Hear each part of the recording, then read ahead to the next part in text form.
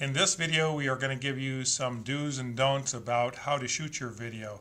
There are some common problems you can avoid by just being very aware of your environment and making sure you've planned ahead a little bit.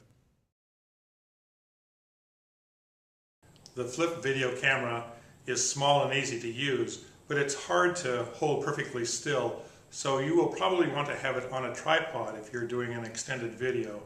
This is what we're doing in this example. Notice that the image is staying still as we are recording.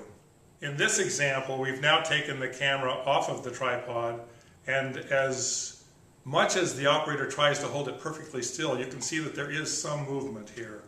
So again, it is helpful to put it on a tripod when you want to keep the image smooth and still. The purpose of this video is to show you that there is a limit to how close you can get to your subject with the video camera.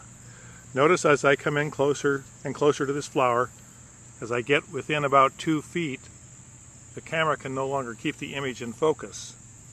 So you do need to come out far enough so that the image stays in focus. When you shoot video, be aware of the lighting environment. You don't want to have more light behind your subject than you have in front of your subject. We're shooting this video in just the lighting that's in this room, but watch what happens when we open this curtain and I have more lighting behind me than in front of me. The camera compensates for that light, shuts down, and you lose the features in the face. On this simple flip video camera, you cannot adjust the aperture. The camera itself will determine the best exposure for the shot.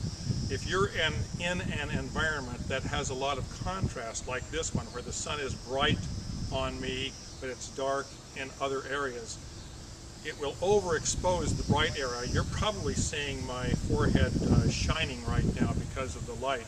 If I were to step into the shade, then the camera does a better job because it's a lower contrast than it was before. So be aware of the various contrasts in the environment where you want to shoot your video. Now we're going to show you a series of video clips to illustrate the fact that light has color. Compare my skin tones and my shirt color in this clip and the next couple clips. Outdoors, it normally photographs with sort of a bluish tint. Now this camera doesn't have any adjustments on it and is set for outdoor shooting.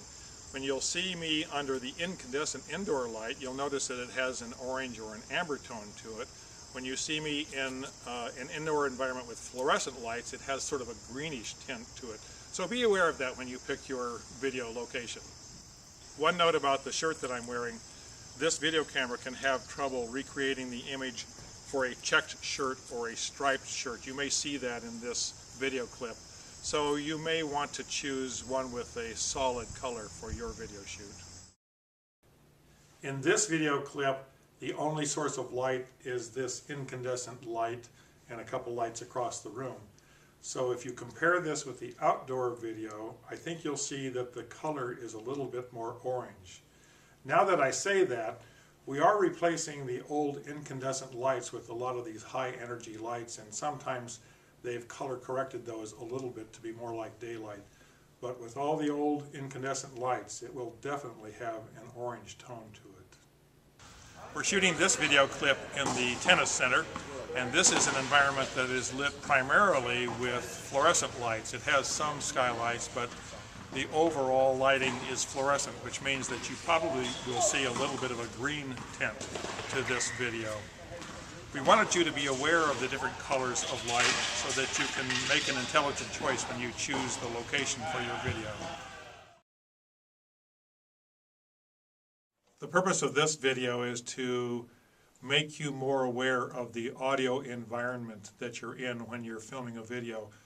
Be aware that different places have different sound qualities.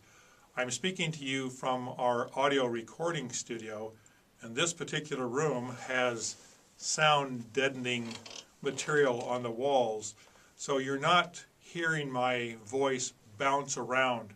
Now we're going to give you some comparative videos that show you what sound is like in different environments. Here we are in the entrance to the Crafton Athletic Center. We've chosen this environment to give you an example of what it's like when the audio is just bouncing all around.